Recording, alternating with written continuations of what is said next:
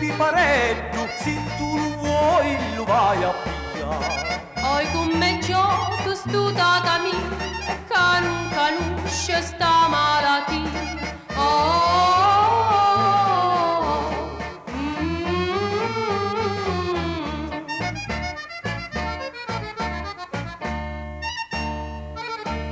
Tata Camoru, Camoru, Camoru, è una bulia che all'orto c'è sta.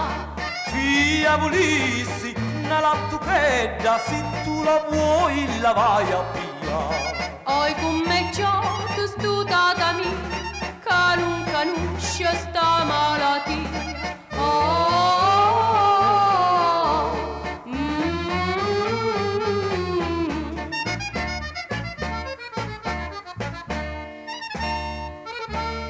Tata Camoru, Camoru, Camoru, per una bulia che all'orto c'è sta. Fia volissi, una cipudduzza, se tu la vuoi la vai a pigliare. Oi come gioco stu tata mia, che non conosce sta malattia.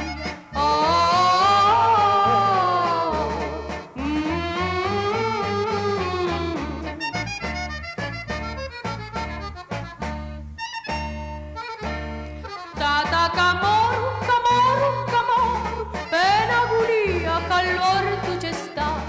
Fia volissi, una favicedda, se tu la vuoi la vai a pigliare. Oi come gioco stu tata mia, che non conosce sta malattia.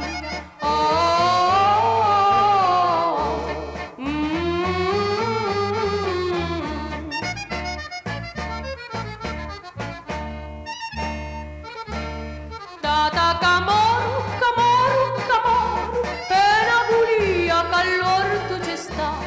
Fia volissi, un pimma d'oro, se tu la vuoi lo vai a pigliare. Oi come gioco stu tata mia, che non conosce sta malattia.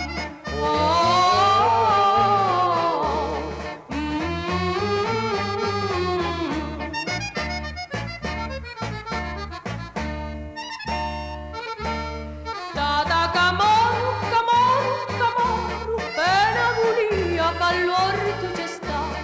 Fia volissi, lo guardiamo, se tu lo vuoi lo vai a chiamare. Oi come spierte stu tata mia, che ha conosciuto sta malattia.